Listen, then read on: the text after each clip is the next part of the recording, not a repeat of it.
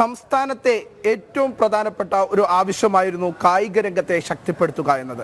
ഈ കായിക രംഗത്തെ ശക്തിപ്പെടുത്തുമെന്നും രാജ്യാന്തര നിലവാരത്തിലേക്ക് ഉയർത്തുമെന്ന ഒരു വാഗ്ദാനവുമായാണ് തിരുവനന്തപുരത്തെ NDA സ്ഥാനാർത്ഥിയായ രാജീവ് ചന്ദ്രശേഖരൻ രംഗത്തെത്തിയിരിക്കുന്നത്.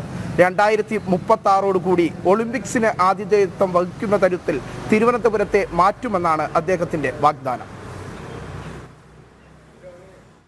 തലസ്ഥാന നഗരിയുടെ വികസന കാഴ്ചപ്പാടുകൾ ഓരോന്നും അക്കമിട്ട് നിർത്തുകയായിരുന്നു തിരുവനന്തപുരത്തെ NDA സ്ഥാനാർത്ഥി രാജീവ് ചന്ദ്രശേഖർ. കായിക രംഗത്തിന് അനന്തമായ സാധ്യതകളാണ് തിരുവനന്തപുരത്തിനുള്ളത്. രാജ്യം 2036 ഒളിമ്പിക്സിലേക്ക് കടക്കുമ്പോൾ അതിൽ പ്രധാന പങ്കുവഹിക്കാൻ തിരുവനന്തപുരത്തിനും സാധിക്കും. അതിൽ LNCPയുടെ സാധ്യതകൾ കൂടി പ്രയോജനപ്പെടുത്തി രാജ്യത്ത് തന്നെ മികച്ച കായിക കേന്ദ്രമാക്കി മാറ്റുവാൻ പരിശ്രമിക്കുമെന്നും രാജീവ് ചന്ദ്രശേഖർ പ്രത്യാശ പ്രകടിപ്പിച്ചു. കാര്യവട്ടത്തെ Lakshmibai national college of physical education സന്ദർശിച്ചതിനു ശേഷം പ്രതികരിക്കുകയായിരുന്നു അദ്ദേഹം. കായിക മേഖലയുടെ വികസനത്തിന് സാങ്കേതിക വിദ്യയുടെ സാധ്യതകൾ പരമാവധി ഉപയോഗിക്കണം. അതിനായി ആർട്ടിഫിഷ്യൽ ഇന്റലിജൻസ് പോലെയുള്ള അതിനൂതന സാങ്കേതിക വിദ്യകൾ ഫലപ്രദമായി ഉപയോഗിക്കാൻ സാധിക്കുമെന്നും അതിനായി ഇന്റർ ഡിസിപ്ലിനറി ഗവേഷണവും ആവശ്യമാണെന്നും അദ്ദേഹം വിലയിരുത്തി.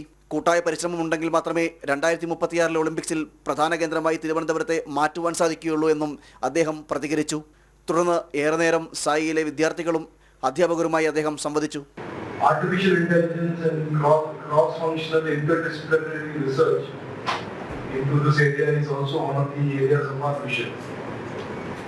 So, while Sai is doing a very good job and NCP is doing an excellent job in essentially training, skilling and creating performance athletes and coaches. College വളപ്പിലെ റാണി ലക്ഷ്മിഭായി പ്രതിമയിൽ അദ്ദേഹം പുഷ്പാർച്ചന നടത്തി. തുടർന്ന് കോളേജിന്റെ പ്രവർത്തനങ്ങളും വിദ്യാർത്ഥികൾക്കുള്ള സൗകര്യങ്ങളും പ്രിൻസിപ്പൽ ഡോക്ടർ G. കിഷോർ വിശദീകരിച്ചു. ജനം, തിരുവനന്തപുരം.